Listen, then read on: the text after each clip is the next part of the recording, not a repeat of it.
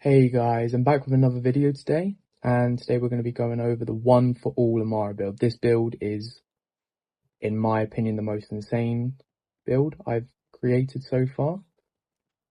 This build is going to be a lot better than grenade builds, in my opinion. It's more enjoyable, at least.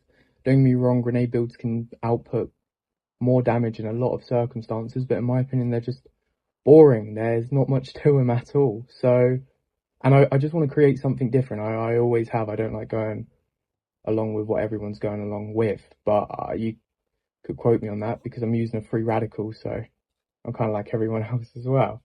But going into this one is pretty insane and it's more versatile. You were able to use much more than most builds give you the option of. Don't get me wrong, I'm sticking to quite a few of these weapons, but as you can see in my menu, we've got Torg pistols, COV, Jacobs. You can go with a lot of it. Don't get me wrong, some weapons are going to be stronger than others, but every weapon can be used in multiple circumstances, and that's what I love about it. So let's get into it. So 3 radicals, obviously, one with a kill anoint, phase slam anoint, always using phase slam. 50% increased damage over 250% phase cast is just, it's nicer to have.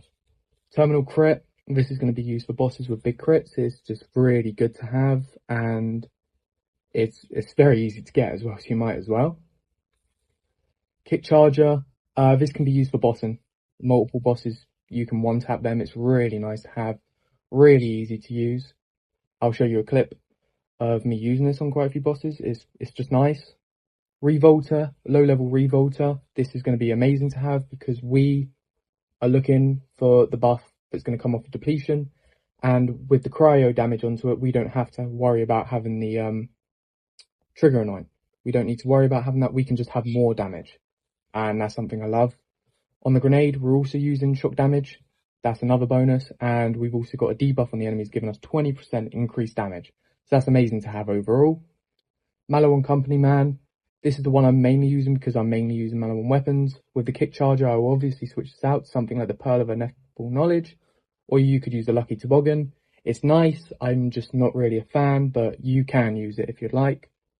And we've also got Snowdrift and Elemental Projector Idol. It's all just nice to have. And now we'll get into the build. So going into the build, we'll start with Green Tree. We're using personal space, 54% increased damage the closer someone is to you. This is going to be amazing to have, especially when we are going to have good sustainability on our health. So we don't need to worry about too much about getting in enemies' faces. It's just going to be amazing. 2 points into clarity. This is just so we can get down, but it's also really nice to health for health regeneration constantly. Arms deal.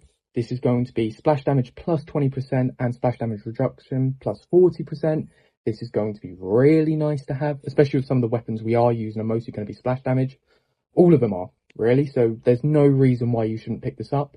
Mindfulness, we are not using any points into this, but we have 3 points off of our class mod already, so there's no need to really go into it. 2 points into vigor. This is going to be the movement speed. It's minor, but it's still going to be huge to have, especially with some bosses going around everywhere. You can run straight up to them and just blitz them. We'll go into Purple Tree next. 5 points into trust in yourself.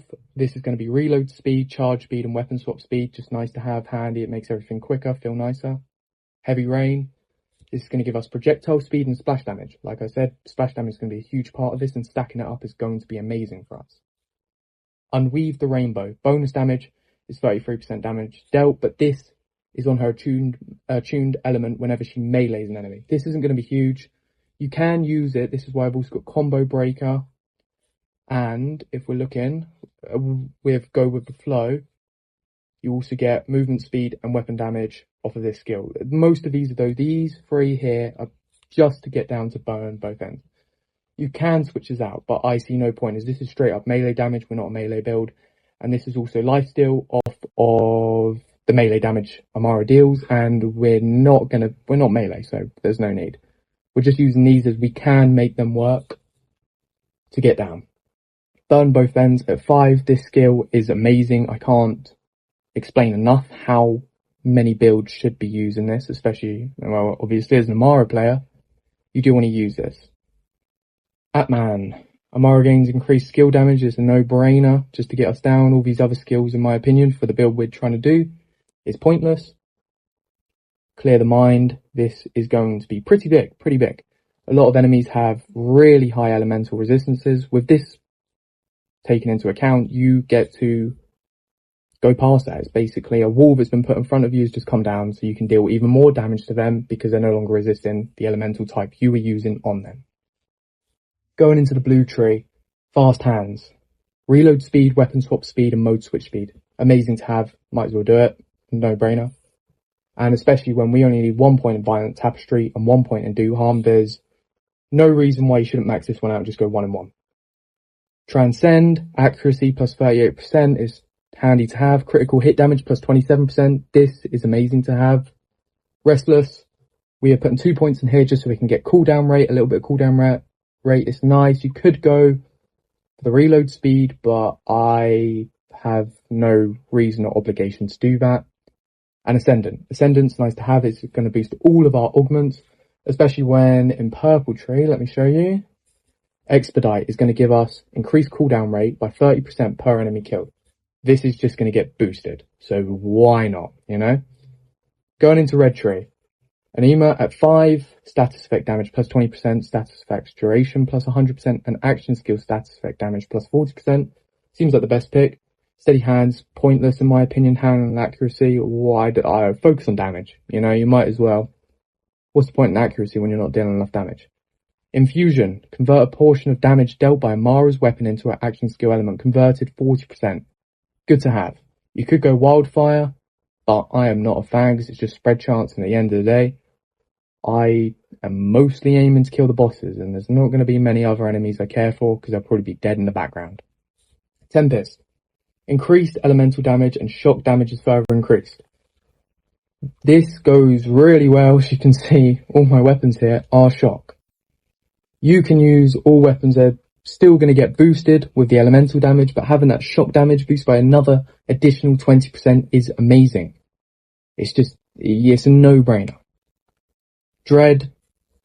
When it comes to mobbing, I am grasping. It's easier to do. Ties Up Bind is the best option out of all of them. And with Dread, it's just 15% increased gun damage, so it's also a no-brainer, and it's nice to get us further down the skill tree. Deep Well.